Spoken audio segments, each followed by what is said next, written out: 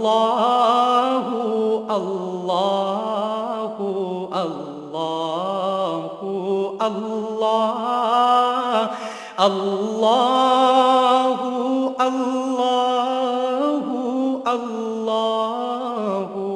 اللہ الحمدللہ رب العالمین والصلاة والسلام علی حبیبہ محمد وآلہ وصحبہ اجمعین۔ اعوذ باللہ من الشیطان الرجیم، بسم اللہ الرحمن الرحیم۔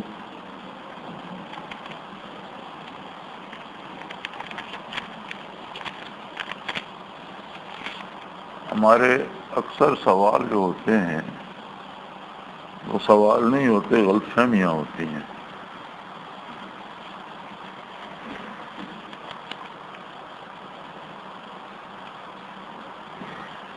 یہ دو سوال ہیں کہ قرآن و حدیث سے ثابت ہے کہ شیطان کے لیے اسلحہ اللہ تعالیٰ کا ذکر ہے، پھر کیا وجہ ہے کہ ذکر کے دوران مراقبے میں نماز میں شیطان مختلف طریقوں سے رکھنا ڈالتا ہے حالانکہ ذکر ہو رہا ہوتا ہے؟ یہ بات صرف سمجھ کی ہے۔ اگر بہترین اسلحہ پاس ہو تو اس کا مطلب یہ ہوتا ہے کہ دشمن کو شکست دی جا سکتی ہے، اس کا مطلب یہ نہیں ہوتا کہ دشمن کوشش ہی نہیں کرے گا۔ اسلحے کا مطلب یہ ہوتا ہے کہ اس ہتھیار سے دشمن کو شکست دی جا سکتی ہے، اس کا مطلب یہ نہیں ہوتا کہ ایک فوج کے پاس اسلحہ بہترین ہے تو دوسرے اس کا مقابلہ ہی نہیں کریں گے، اس صفحہ ہستی پہ ہوں گے ہی نہیں۔ یہ کیسے سوچ لیا آپ نے؟ نبی کریم صلی اللہ علیہ وسلم کا ارشاد ہے کہ عبادت کے دوران اگر شیطان خیال ڈالتا ہے اور عبادت کرنے والے میں اتنی قوت اللہ نے دی ہے کہ وہ اس کو رد کرتا ہے تو یہ جہاد کا ثواب ملتا ہے۔ تو اسلحے کا ہونا شیطان کو اس کی شیطنت سے نہیں روک سکتا، تو اگر شیطان خیال ہی نہ ڈالے تو آپ مقابلہ کس کا کریں گے، اور اسلحے کی ضرورت آپ کو کیا ہے؟ تو آپ نے یہ کیسے تصور کر لیا کہ شیطان خیال ڈالنا چھوڑ دے؟ تو یہ ہماری جو ہیں یہ سوال نہیں ہے، یہ غلط فہمیاں ہیں۔ یہ غلط فہمی دل سے نکال دیں کہ شیطان کوشش چھوڑ دے گا، کوئی کسی مقام پہ بھی پہنچ جائے۔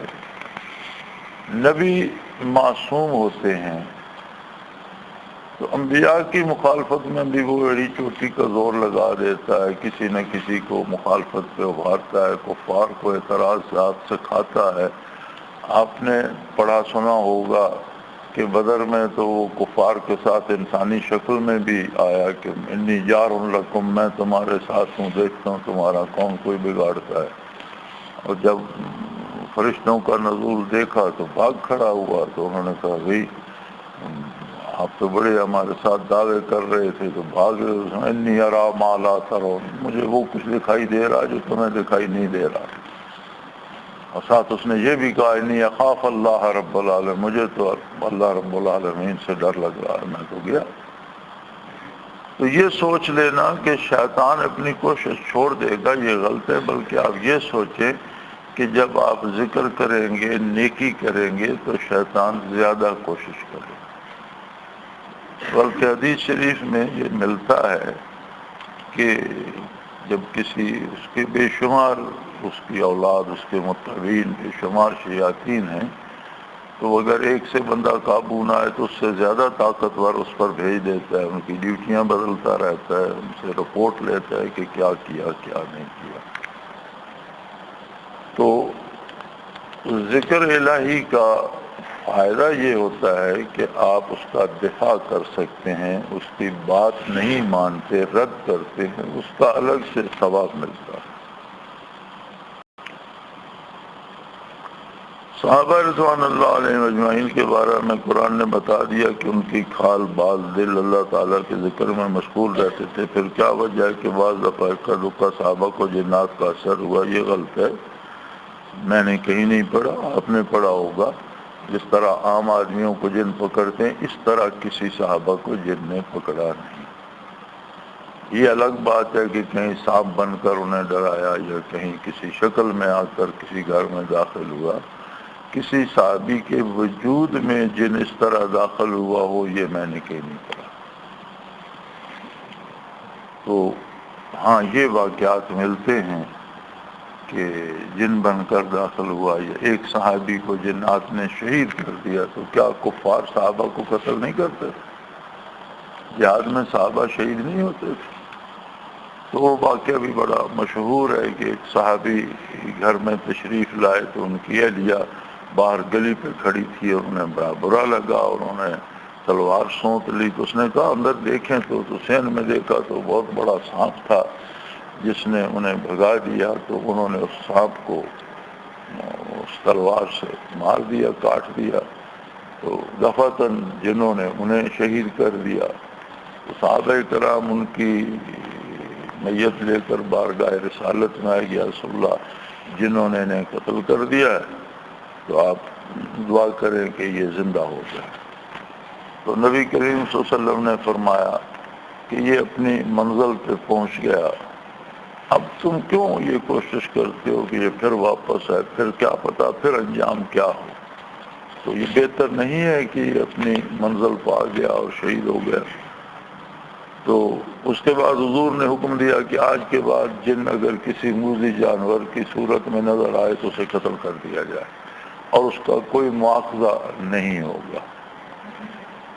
تو یہ حدیث بہت مشہور ہے، اور شاہ عبدالعزیز دہلوی رحمۃ اللہ تعالی علیہ کو ایک دفعہ جنات اٹھا کر لے گئے، تو واقعہ پورا انہوں نے نقل کیا ہے کہ وہ ایک دربار لگا ہوا تھا اور وہاں کوئی جنوں کا حکمران بیٹھا تھا اور کسی انسان کو انہوں نے پکڑا ہوا تھا، اور مقدمہ یہ تھا کہ ایک جن سانپ بن کر اس کے گھر میں داخل ہوا اور اس نے قتل کر دیا، تو ہم اس کو اٹھا لائے ہیں، عدالت میں پیش کیا ہے کہ اسے قتل کیا جائے۔ تو وہ جن مسلمان تھے، تو فیصلہ نہیں ہو رہا تھا، تو انہوں نے کہا کہ شاہ صاحب سے فتویٰ لیتے ہیں، تو شاہ صاحب کی خدمت میں آئے، ان کی منت سماجت کی اور انہیں راضی کر کے اٹھا کے ساتھ لے گئے۔ تو انہوں نے حضرت شاہ صاحب نے یہ واقعہ بیان فرمایا حدیث شریف پہ، تو وہ فرماتے ہیں کہ وہاں ایک بہت بوڑھا جن بیٹھا تھا جس کی بھویں لٹک گئی تھیں، اور اس نے اس طرح پپوٹے اٹھا کے مجھے دیکھا، ہاتھ سے پپوٹے اٹھائے اٹھ نہیں رہے تھے، اور اس نے اس طرح کر کے مجھے دیکھا اور کہا کہ اللہ تمہارا بھلا کرے، میں اس وقت موجود تھا جس وقت حضور صلی اللہ علیہ وسلم نے یہ فرمایا تھا، میں بھی اس کا گواہ ہوں، اور یہ آپ نے مجھے یاد دلا دیا، بڑھاپے نے میرے حافظے سے محو کر دیا۔ تو حضرت شاہ صاحب فرمایا کرتے تھے کہ میں تابعی ہوں، میں نے صحابی جن کی زیارت کی ہے، یہ شاہ صاحب نے لکھا ہے اپنی کتابوں میں۔ چنانچہ اس انسان کو چھوڑ دیا گیا کہ یہ سانپ بن کر کیوں وہاں گیا تھا۔ تو اس طرح کے واقعات تو ملتے ہیں، لیکن کسی صحابی مرد یا عورت کے جسم میں جن داخل ہوا ایسا واقعہ میں نے کہیں نہیں پڑھا۔ اب رہی یہ بات کہ آپ نے آج کل کی بات کی ہے کہ آج کل جادو اور جنات لوگوں کو تنگ کرتے ہیں، بعض حضرات کو جادو کے ذریعے حقوق زوجیت سے محروم کیا جا رہا ہے۔ تو جادو دراصل خارج میں جادو کا کوئی وجود ہے ہی نہیں، جادو ہوتا ہی کچھ نہیں۔ جن جو پکڑتا ہے انسان کو، تو جن کا وجود ایک انرجی، ایک طاقت ہوتا ہے، جس طرح بجلی ہے۔ اب بجلی کی تار چھوئیں تو پورے بدن میں دوڑ جائے گی، اثر بھی کرے گی، بندہ مر بھی سکتا ہے، تھوڑی ہو تو کوئی بازو ٹانگ شل ہو سکتی ہے۔ تو جن بھی اسی طرح ایک طاقت، ان کا وجود انرجی سے ہے، آگ کے شعلے سے ہے، تو وہ بندے کے وجود میں داخل ہو سکتے ہیں، اور اس لیے کہ وجود دفاع کے لائق نہیں ہے۔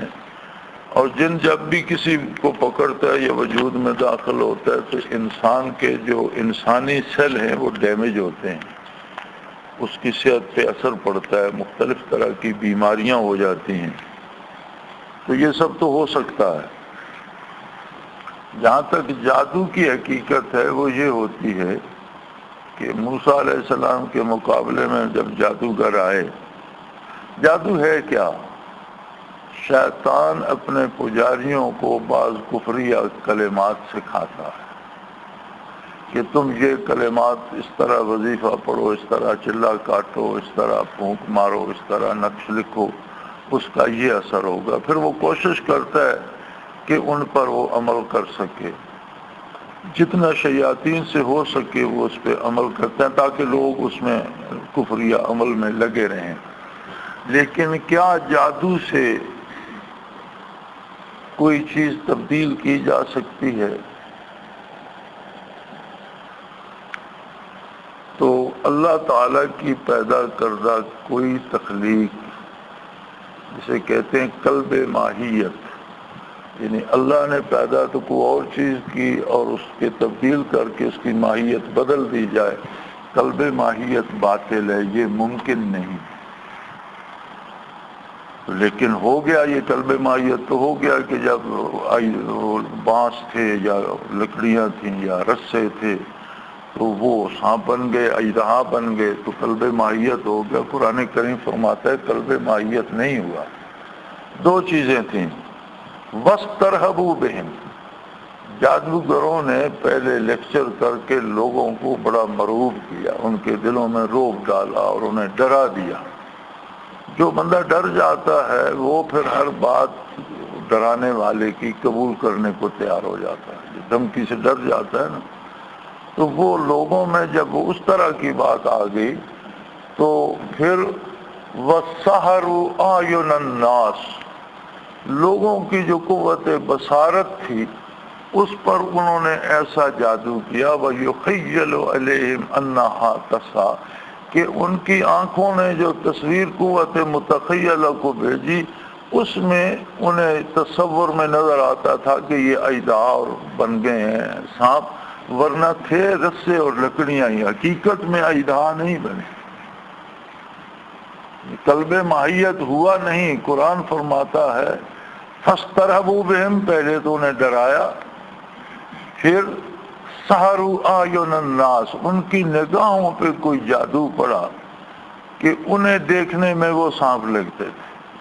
اب نظر جو دیکھتی ہے وہ تصویر بھیجتی ہے قوت متخیلہ کو، قوت متخیلہ دماغ میں اس تصویر کو پرنٹ کرتی ہے، تب ہمیں سمجھ آتی ہے کہ میں فلاں بندہ دیکھ رہا ہوں، فلاں جانور دیکھ رہا ہوں، فلاں مکان دیکھ رہا ہوں، اور اس سارے کام میں کوئی دیر نہیں لگ رہی، ادھر نگاہ پڑی ادھر سارا حل ہو کر اسی لمحے ہمارے سامنے آ جاتا۔ ہم سمجھتے ہیں کہ آنکھ ہی دیکھ رہی ہے، لیکن ہمیں وہ چیز ہمارا دماغ اور قوت متخیلہ دکھاتی ہے۔ تو وہ جب مرعوب ہو گئے تو جو جادوگر چاہتے تھے ان کی نگاہ اس طرح دیکھتی تھی اور ان کی قوت متخیلہ اس سے متاثر ہو گئی۔ آج بھی جو لوگ جادو کرتے ہیں اس کا اثر انہی لوگوں پہ ہوتا ہے جو جادو سے ڈرتے ہیں، اور جادو سے ہم تب ڈرتے ہیں جب ہم سے اللہ کا ڈر نکل جاتا ہے۔ مجھ پہ جادو کیوں نہیں کرتے، مجھے جن کیوں نہیں پکڑتے؟ صحابہ کو پکڑتے تھے، انہیں کہو مجھے پکڑے، میں نے تو کبھی کسی جن کو دم بھی نہیں کیا۔ میرے پاس آتے بھی وہ لوگ ہیں جو سارا پاکستان یا باہر بھی کسی کی توفیق ہو تو پھر کے دیکھ لیتا ہے، جب قریب المرگ ہوتے ہیں اور جنوں کے پکڑنے سے مرنے کے قریب ہوتے ہیں تو آ جاتے ہیں۔ میں صرف جنوں کے لیے بکواس ہی کرتا ہوں، چند گالیاں دیتا ہوں، کہتا ہوں دفعہ ہو جاؤ، چھوڑ دو، اسے مت پکڑو، چھوڑ جاتے ہیں۔ مجھے تو کبھی کوئی دم کرنے کی ضرورت بھی پیش نہیں آئی، جھڑکتا ہوں صرف، چلے جاتے ہیں۔ یہ جھڑکنا اور گالیاں دینا کون سا دم ہے؟ اور ایک نہیں، یہاں سینکڑوں کیس ہیں، ایسے لوگ تھے جنہیں ساری ساری رات جن جنگلوں میں بھگاتے تھے، پکڑ لیتے تھے، پریشان کرتے تھے، کبھی میرے ڈھائے چڑھ گئے تو غصے ہوا، ناراض ہوا، چھوڑ کے چلے گئے، پھر نہیں آئے۔ تو یہ ہماری اپنی کمزوری ہوتی ہے، اور ہم جب یہ تصور کر لیتے ہیں کسی فطری، کسی طبی بیماری کی وجہ سے، کبھی مزاج کی وجہ سے کوئی کمزوری بدن میں آ گئی، ہم نے سمجھا یہ پڑوسن نے جادو کر دیا ہے، بس وہ جادو چل گیا ہم پر۔ تو یہ جتنا جادو لوگ قبول کرتے ہیں یہ لوگوں کی اپنی کمزوریاں ہوتی ہیں۔ گجرات میں ایک جادوگر ہوتا تھا، بڑے لوگوں کی جائیدادیں بھی ہتھیائیں اس نے، لوگ پاگل ہو جاتے تھے۔ بڑے بڑے زمینداروں کو اس نے بوریوں کے کپڑے پہنائے اور سارا دن ان سے اپنی مشقت لیتا تھا، یہاں گوڈی کرو، یہاں پانی لگاؤ، یہ کرو وہ کرو. جو جاتا تھا وہ جائیداد بھی اسے لکھ دیتا تھا، گھر بار سے، اور ان سے برائی بھی کراتا تھا اور انہیں کتے کھلاتا تھا، اور جو چاہتا تھا جو کہتا تھا وہ کرتے تھے. تو یہ امان اللہ لک صاحب اس کے پاس گئے، بھائی وہ اپنا جادو بادو کا یا وہ اپنی فقیری کا کمال مجھ پہ دکھاؤ. تو اس نے معافی مانگی کہ یار جان چھوڑ جاؤ. تو اتنی مخلوق پہ جو کر رہا تھا اسے ایک بندے پہ کیوں نہیں کر سکا؟ وہ بھی نڈر تھا، اسے ڈرا نہیں. انہوں نے جو کر سکتے ہو کرو یار، پتہ چلے کیا کرتے ہو. تو اس نے تو معافی مانگ کر جان چھوڑائی. تو آپ بھی اپنے اندر ذکر کی وہ طاقت پیدا کریں، اللہ پہ بھروسہ کرنا سیکھیں.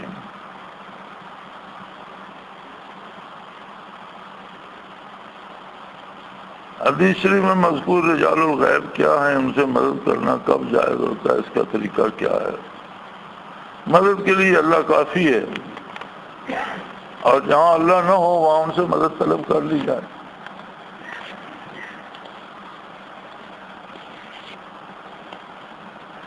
رجال الغیب کوئی بھی نہیں ہوتے، مشائخ عظام ہی ہوتے ہیں، ارواح مبارکہ ہی ہوتی ہیں، اور یہ وہ لوگ کر سکتے ہیں جن کا ارواح سے رابطہ ہو. جیسے میں آپ سے کہوں کہ مجھے یہ پانی کا گلاس پکڑا دو، تو یہ مدد نہیں ہے، یہ ایک معمول کا طریقہ ہے. لیکن یہ سمجھنا کہ اللہ کی طرح غائبانہ کسی سے مدد مانگی جائے، اس کی تعلیم حضور نے نہیں دی صلی اللہ علیہ وسلم.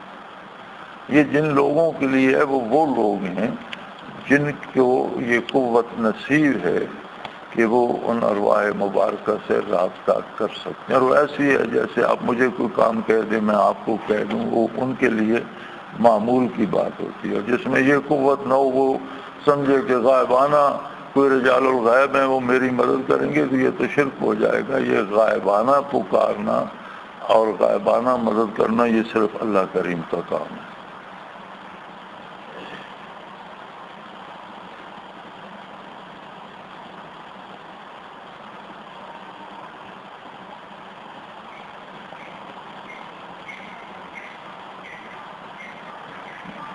یہ جو دوسرا سوال ہے یہ پہلا ہی سوال ہے کہ حضرت رحمۃ اللہ کہیں باہر تشریف لے جاتے تو اور یا اللہ کو اپنے گھر کی حفاظت کا کہہ جاتے، تو کیا یہ حضرت کے لیے مخصوص تھا یا اور بھی کوئی کر سکتے ہیں؟ اور یہ کہنا یا علی مدد یا شیخ عبد القادر جیلانی شان اللہ، یہ کیسے غلط ثابت ہوا؟ بھائی اگر حضرت کہہ جاتے تھے تو حضرت اس طرح کہتے تھے جیسے آپ مجھے کہہ دیں میں آپ کو کہہ دوں. تو جس کسی کو یہ قوت نصیب ہو، اس کا رابطہ مشائخ سے ہو، اس کے لیے بات جیسے ہم سے کر رہا ہے ویسے مشائخ سے کرنا بھی اسی طرح ہو، تو ایک معمول کی بات. تو جس کے پاس کچھ بھی نہ ہو اور شین للہ کہتا رہے اور یا علی مدد کہتا رہے تو وہ تو شرک ہی کرے گا. تو یہ اسی پہلے سوال کا جز ہے، اس کی اپنی کوئی حقیقت نہیں ہے. اور یہ مدد بھی اللہ کی طرف سے ہوتی ہے. بعض لوگ ایسے ہوتے ہیں کہ اللہ کریم ان کے ساتھ فرشتے مدد کے لیے لگا دیتے ہیں، حفاظت الہیہ اولیاء اللہ کو حاصل ہوتی ہے. بعض لوگ ایسے ہوتے ہیں کہ مشائخ کی ارواح، اور وہ ارواح سارے مشائخ نہیں، بعض ارواح میں نے پہلے بھی عرض کیا تھا کہ زندگی ختم ہونے کے بعد برزخ میں ملأ اعلیٰ کی صورت میں اختیار کر جاتے ہیں، اور اللہ کریم انہیں فرشتوں کی طرح دنیا کی امور میں ڈیوٹیاں دے دیتا ہے. تو وہ ان لوگوں کے لیے ہے جیسے میں نے پہلے عرض کیا رجال الغیب کا، وہی رجال الغیب ہیں. اور ان لوگوں کے لیے جن میں استعداد ہو، جن کے لیے مجھ سے آپ سے بات کرنا یا ان سے بات کرنا ایک جیسا.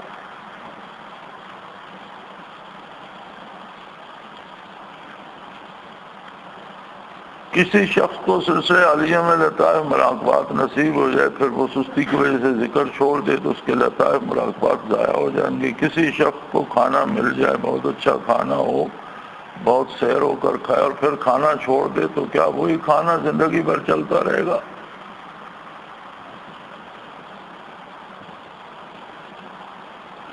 کسی صاحب قبر کے لیے سلسلہ علی کا ذکر کیا جا سکتا ہے، اس کا طریقہ کیا ہے؟ اپنے لیے یہ وجود بھی ایک قبر ہے اور روح اس کے اندر ہے، پہلے تو اس صاحب قبر کو ذاکر بنائیں۔ طریقہ بتانا اور بات ہے، قبر کی بات وہ کرے جس کے لیے برزخ یا یہ عالم دنیا ایک جیسا ہو۔ جب آپ کا برزخ میں رابطہ ہی نہیں تو آپ قبروں کی بات، قبروں والوں کی فکر کیوں کرتے، اپنی کیوں نہیں کرتے؟ قبروں والے تو قبر میں پہنچ گئے، وہ جانے ان کا رب جانے۔ اور اگر ان کی فکر آپ نے کرنی ہے تو ایسا مقام حاصل کریں جہاں برزخ اور یہ دنیا ایک جیسی ہے، جہاں سے برزخ میں دیکھا بھی جا سکے، بات بھی کی جا سکے۔ اور جسے برزخ میں رسائی حاصل نہیں، وہ کسی قبر کی بات کرتا ہے تو وہ جہالت کی بات کرتا ہے۔ اور جنہیں رسائی حاصل ہے ان کے لیے ایک معمول ہوتا ہے، جس طرح ہم آپ آپس میں بات کر رہے ہیں، اگر وہ اہل برزخ سے بات کر رہے ہیں تو۔ دوسری بات، جنہیں یہ مقام حاصل ہوتا ہے وہ قبروں کی طرف التفات بہت کم کرتے ہیں، اپنی مجبوریاں، اپنی مزدوریاں، اپنے کام، اپنے تحفظ، اپنے ذکر سے فرصت نہیں ہوتی ہے۔ جو قبر میں جاتا ہے وہ آپ کی طرح نہیں سوچتا، اس کی دنیا بدل جاتی ہے، اس کے سامنے عالم کی حقیقت آ جاتی ہے، زندگی اور موت کے حقائق اس پہ منکشف ہو جاتے ہیں، اور اس کی پوری توجہ، اگر وہ نجات میں ہے تو کون ایسا ہے کہ جسے نجات حاصل ہو اور پھر وہ اس دنیا اور دنیا کے رشتوں کی طرف دیکھے، اور اگر عذاب میں ہے تو اسے کب فرصت دیں گے وہ کہ وہ پیچھے کی سوچے۔ ہر صاحب قبر دو میں سے ایک حال میں ہے، یا عذاب میں ہے یا نجات میں ہے۔ تو جو نجات میں ہے اسے بھی پیچھے کی پرواہ نہیں رہتی، اور جو عذاب میں ہے اسے پیچھے دیکھنے کی فرصت کوئی نہیں دیتا۔ آپ قبروں کی فکر چھوڑیں، اپنی فکر کوئی نہیں کرتا، قبروں کی فکر سب کو ہے۔ قبروں والے تو اپنے گھر پہنچ گئے، اپنی جگہ پہنچ گئے، مسنون طریقہ ہے ایصال ثواب کا، کوئی نفل پڑھ، کوئی بھی نفلی عبادت آپ کریں، اس کا ثواب کسی زندہ کو دینا چاہیں یا کسی مردہ کو دینا چاہیں، وہ آپ کا بیلنس ہے۔ آپ اللہ سے دعا کریں کہ یہ میرا بیلنس اس کے کھاتے میں منتقل کر دے تو کر دے گا۔ نبی کریم صلی اللہ تعالی علیہ وسلم آرام فرما رہے تھے، کھلی ہوئی رات تھی، ستاروں سے آسمان بھرا ہوا تھا۔ حضرت عائشہ صدیقہ رضی اللہ تعالی عنہا نے عرض کی، یا رسول اللہ، کسی کے نامہ اعمال میں نیکیاں ایسے بھی ہوں گی جیسے آسمان ستاروں سے بھرا ہے اور شمار سے باہر ہے؟ تو آپ صلی اللہ علیہ وسلم نے فرمایا، ہاں، عمر کے اعمال نامہ میں ایسی نیکیاں رضی اللہ تعالیٰ عنہ، عمر کا اعمال نامہ ایسے ہی ہے جیسے یہ آسمان تاروں سے۔ تو عرض کی، یا رسول اللہ، تو میرے بابا کا؟ تو آپ نے فرمایا، تمہارے بابا کی تو ایک رات جو میرے ساتھ غار ثور میں گزری، ایک شب، وہ ان سب پہ بھاری ہے، تو ان کی تو 3 راتیں میرے ساتھ ثور میں گزری، میں تھا، وہ تھے، اور اللہ کی ذات۔ اب یہ بات سیدنا فاروق اعظم رضی اللہ تعالی عنہ تک پہنچ گئی، اور انہوں نے کوشش کی کہ پیشتر اس کے کہ ابو بکر صدیق بھی یہ بات سن لیں، میں ان سے سودا کر لوں، اور بھاگے بھاگے ان کی خدمت میں پہنچے، اور انہوں نے عرض کی کہ آپ نے سنا نبی کریم صلی اللہ علیہ وسلم نے کیا فرمایا؟ حضور صلی اللہ علیہ وسلم نے تاروں بھری رات کو دیکھ کے فرمایا کہ عمر کا نامہ اعمال نیکیوں سے اس طرح بھرا ہے جس طرح آسمان بھرا ہوا ہے ستاروں سے۔ انہوں نے فرمایا، اللہ قبول، اللہ کی طرف تو میں مبارک ہو، الحمدللہ، اللہ کا بڑا احسان ہے۔ تو کہا، جی میں نے مبارک لینے کے لیے عرض نہیں کیا، میں اس لیے عرض کر رہا ہوں کہ یہ ساری نیکیاں آپ لے لیں اور ثور کی ایک رات کا جو ثواب ہے وہ مجھے دے دیں، میرے ساتھ سودا کر۔ انہوں نے فرمایا، عمر تمہاری نیکیاں تمہیں مبارک ہوں، میں آپ کی رفاقت کا ایک لمحہ بھی نہیں دیتا۔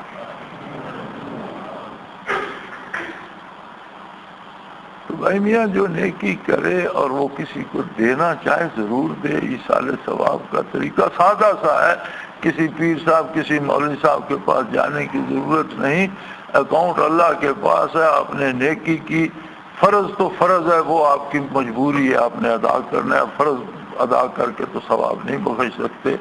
نفلی عبادتیں، صدقات ہوں، نفلی روزے ہوں، نفلی حج ہوں، نفلی تسبیحات ہوں، کوئی بھی نفلی عبادت، اس کا ثواب آپ کسی زندہ کو دینا چاہیں یا مردہ کو دینا چاہیں تو آپ نے اللہ سے دعا کرنی ہے کہ یہ میرے اکاؤنٹ میں سے یہ جو ہے یہ فلاں کے اکاؤنٹ میں کر دے، وہ کر دے گا، بات ختم۔ لیکن جن کے اکاؤنٹ ہوتے ہیں وہ کم ہی کرتے ہیں، انہیں خود بڑے عزیز ہوتے ہیں، اور ہمارے پاس ہوتا کچھ نہیں تو ہم بخشتے رہتے ہیں۔ ہمارے گاؤں میں ایک بابا ہوا کرتا تھا، تو ایک دفعہ پے در پے 2-4 فوتیدگیاں ہو گئیں، تو ہمارے گاؤں میں یہ رواج ہے کہ وہ دفن کرنے کے بعد کسی نے کوئی تسبیح پڑھی ہوتی ہے، کوئی پارا پڑھا ہوتا ہے، کوئی سورت پڑھی ہوتی ہے، تو وہ پھر مولوی صاحب کھڑے ہو جاتے ہیں کہ بھئی کوئی اثارِ ثواب کے لیے اس کے لیے کوئی چندے کے طور پہ دے دو، تو لوگ دیتے ہیں۔ میں نے ختم پڑھا ہے، میں نے اتنے کلمہ شریف پڑھا ہے، میں نے اتنا درود شریف پڑھا ہے، میں نے فلاں سورت پڑھی ہے، فلاں، وہ مولوی صاحب کو دیتے جاتے ہیں کہ اس کو میت کو بخش دیں، تو وہ کچھ نہ کچھ اس کے لیے ہو جاتا ہے۔ اچھا طریقہ ہے۔ تو ایک بابا تھا، وہ اس نے ایک دفعہ بھی کہا کہ میری طرف سے 10 لاکھ کلمہ شریف اسے دے، اور دوسرے تیسرے دن پھر کو 10 لاکھ پھر اس نے دے دیا، اگلے دن پھر 10 لاکھ، 4-5 اس طرح کے ہوئے واقعات، ایک 2 روز کے بعد تو بابا 10 لاکھ دیتا رہا۔ میرے ایک ماموں ہوتے تھے، وہ بھی اب فوت ہو گئے، تو انہوں نے بابے کو پکڑ لیا، انہوں نے کہا بابا یہ تم روز 10 لاکھ دیتے ہو، کتنی تسبیحات پڑھ لیتے ہو؟ اس نے کہا پڑھتا ہوں تو دیتا ہوں نا۔ تو اس نے کہا ذرا یہ تو بتاؤ لاکھ ہوتا کتنا ہے؟ تو کہنے لگا 10,000 کا۔ اس نے کہا پھر دیتے رہو۔ انہوں نے سوچا کہ اس بابے کو یہ بھی پتہ نہیں ہوگا کہ لاکھ کتنا ہوتا ہے، یہ روز 10 لاکھ بخش جاتا ہے، تو انہوں نے پکڑ لیا کہ بابا روز اس نے کہا بیٹا پڑھتا ہوں تو دیتا ہوں۔ انہوں نے کہا یہ بتاؤ لاکھ ہوتا کتنا ہے؟ کہنے لگا 10,000 کا ہوتا ہے۔ اس نے کہا پھر دیتے رہو۔ اب پھر آسان ہے، پھر تو ایک دن میں تم 10 لاکھ پڑھ سکتے۔ تو اگر اس طرح کے بخشنے ہوں اور اس طرح کا درد ہو مرنے والوں کا، تو مرنے والوں سے ہم پر ذمہ داری زندوں کی زیادہ ہے۔ ماں باپ کی ذمہ داری ہے، بیوی کی ذمہ داری ہے، بچوں کی ذمہ داری، اس کے بارے کیوں نہیں آپ سوچتے کہ میں اولاد کو کیا دے رہا ہوں؟ کیا میری اولاد دین سے واقف ہو رہی ہے؟ کیا میں ان کی تربیت اسلامیہ طرز پہ کر رہا ہوں؟ یا اولاد کو تو آپ چاہتے ہیں کہ یہ برلن چلی جائے، یہ چلی جائے، امریکہ چلی جائے، یہ انگلینڈ چلی جائے، بے شک شرابی ہو جائے، بدکار ہو جائے، پیسے کماتی رہے۔ پھر وہاں سے لکھتے ہیں جی یہاں اولاد کہا نہیں مانتی، یہاں بیوی بات نہیں سنتی، وہاں سے روز ٹیلی فون ای میل ہوتا ہے۔ میں نے کہا بھائی جہاں ہو انجائے کو پیسے مل رہے ہیں یا نہیں؟ جی پیسے تو مل رہے ہیں، تو پیسے لینے ہی گئے، وہاں کون سا دین لینے گئے ہو؟ تم کو مکہ مکرمہ بیٹھے ہو، قبرستان میں گئے ہو، پیسے لینے گئے، پیسے مل رہے ہیں اور کس بات کی شکایت؟ اب پیسے لینے کے بعد تم چاہتے ہو کفرستان سے تمہیں اسلام ملے، یہ تو ایک نئی بات ہے۔ تو مردوں کی نسبت زندوں کی فکر زیادہ کرے، اب مردوں کو ذکر کرائے یا توجہ دے تو وہ دے کہ پہلے تو اسے توجہ دینے کی اجازت ہو، دوسرے اجازت انہی کو ملتی ہے جن میں استعداد ہو، اور زندہ لوگ گمراہی میں بھٹک رہے ہیں۔ آپ زندوں کو چھوڑ کر آپ کو مردوں کی فکر کیوں لگ گئی؟ مردے تو اپنی منزل پہ پہنچ گئے۔ ہم مکلف ہیں کہ ہمارے گرد 6 کھرب کی آبادی ہے دنیا میں، آپ نے کتنے زندہ لوگوں کو ذکر پہ لگا لیا، کتنے لوگوں کو دوزخ سے بچانے کا سبب آپ بنے، کتنے لوگوں کو کفر سے آپ اسلام پہ لے آئے۔ کبھی یہ سوچا کہ آپ سارے زندوں کو آپ ذکر سکھا چکے، اب آپ چاہتے ہیں کہ مردوں کو سکھائیں؟ تو یہ حقیقت سے بھاگنے والی باتیں ہیں۔ تصوف میں سکر اور صاف سے کیا مطلب ہے؟ سکر اور صاف 2 حالات ہوتے ہیں، 2 صورتیں ہوتی ہیں صوفی کی۔ سکر یہ ہوتا ہے کہ انوارات یا کیفیات کی وجہ سے ہوا سے ظاہری جاتے رہے، یہ کبھی لمحاتی ہوتا ہے کہ تھوڑی دیر کے لیے بندہ اسے حواس میں نہیں رہتا، پھر ہوش آ جاتا ہے، اور کبھی دائمی بن جاتا ہے تو آدمی پاگل سا ہو جاتا ہے، جسے مجذوب کہتے ہیں۔ اور شکر کمال نہیں ہے، کیونکہ شکر انبیاء پہ نہیں آتا، کمال ہوتا تو انبیاء کے پاس، اور نبی کے علاوہ کسی پہ بھی شکر آ سکتا ہے۔ سیدنا فاروق اعظم رضی اللہ تعالیٰ عنہ پہ بھی چند لمحے کے لیے شکر آ گیا تھا۔ جب حضور کا وصال ہوا تو انہوں نے تلوار سونت لی کہ جس نے کہا حضور کا وصال ہو گیا میں گردن اڑا دوں۔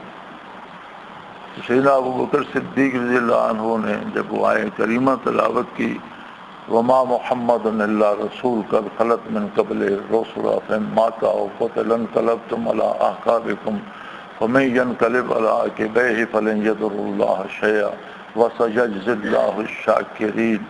تو آپ نے گردن ڈال دی، ہوش آ گئی اور کہنے لگے ایسے لگتا ہے یہ آیہ کریمہ میں نے آج سنی ہے، بلکہ ایسی حالت آ گئی تھی کہ مجھے کچھ یاد نہیں، تو سامنے آ گئے۔ تو کمال یہ ہوتا ہے کہ واقعی بندے کو مراقبات یا منازل نصیب ہوں اور وہ ہوش حواس میں رہے، تو یہ طریقہ صحیح ہے۔ اور انسانی کمزوریاں ہیں، کسی لمحے کسی وقت شکر بھی آ جاتا ہے، لیکن وہ بالکل ایسا ہوتا ہے جیسے آپ کو بجلی کی تار چھو گئی، حواس مختل ہو جاتے ہیں، ہوش نہیں رہتا، چیزوں کی سمجھ نہیں آتی، اور یہ بنانے سے نہیں بنتی، یہ ان لوگوں پہ آتا ہے جو بہت محنت کرتے ہیں، بہت قوت ہوتی ہے۔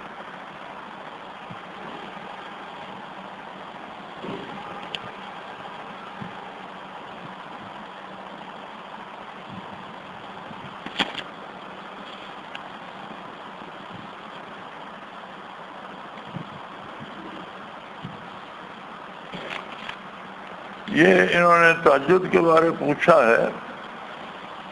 تہجد کا نام ہی جود سے مشتق ہے کہ اس میں تھوڑی سی مشقت ہو۔ مناسب یہ ہے کہ عشاء کے بعد سو جائیں، جب بھی آنکھ کھل جائے تو طلوع فجر تک، فجر کی اذان تک تہجد کا وقت ہے، جب بھی آنکھ کھل جائے تہجد پڑھ لیں، پھر سو جائیں، اٹھ کے فجر پڑھ لیں۔ لیکن اگر کسی کو یہ ڈر ہو کہ آج تھک کر آیا ہوں یا دیر ہو گئی ہے اٹھ نہیں سکوں گا، تو عشاء کی نماز کے ساتھ بھی تہجد کے نوافل ادا کیے جا سکتے ہیں اور ان کا وہ تہجد ادا ہو جاتا ہے۔ اگر یہ خطرہ ہو کہ تھکاوٹ ہے یا دیر سے سو رہا ہوں تو تہجد کے لیے نہیں اٹھ سکوں گا، تو عشاء کے بعد تہجد کے نوافل پڑھ کے سو جائے تو بھی تہجد ادا ہو جاتی ہے۔ اور اگر سو کر اٹھ کر پڑھا جائے تو یہ زیادہ افضل ہے کہ اسے تہجد کہا اس لیے گیا ہے کہ اس کے لیے جد و جہد کرنا پڑتی ہے، خود کو نیند سے اٹھانا پڑتا ہے۔ تو سو کر اٹھ کر تہجد پڑھی جائے تو افضل ہے۔ اور اگر یہ خطرہ ہو کہ تہجد ضائع ہو جائے گی تو عشاء پڑھ کر ساتھ تہجد بھی پڑھ لے تو تہجد ادا ہو جاتی ہے۔ رہی یہ بات کہ ایک جملہ انہوں نے اس میں لکھا ہے کہ تہجد فکر زیادہ ہوتی ہے، اتنی نماز کی نہیں ہوتی۔ یہ فکر زیادہ نہیں ہوتی، یہ ایک احساس ہوتا ہے، چونکہ تہجد نفل ہے تو احساس ہوتا ہے کہ کہیں سستی سے رہ نہ جائے، اور نماز کے لیے یقین ہوتا ہے کہ نماز تو ادا کرنی ہے، اس میں تو کوئی رخصت کوئی چھٹی نہیں، تو آدمی تھوڑا سا اس میں مطمئن ہوتا ہے کہ نماز تو ادا کرنی ہے۔ تو تہجد کی فکر زیادہ محسوس ہوتی ہے، چونکہ یہ فرض نہیں ہے، نفل ہے، تو ہو سکتا ہے کبھی سستی ہو جائے، رہ جائے، تو یہ اس طرح کی کیفیت ہوتی ہے۔ اللہ کریم ہدایت نصیب فرمائے، توفیق عمل عطا فرمائے اور قبول فرمائے۔ وآخر دعوانا الحمدللہ رب العالمین، الحمدللہ رب العالمین، والصلاة والسلام علی حبیبہ محمد۔ اللهم ربنا لا تحضرنا بغضبك ولا تهلكنا بعذابك واعف عنا كل. اللهم ربنا لا تسلط علينا من لا يرحمنا. أنت ولينا في سفرنا وحضرنا في مالنا وحضرنا.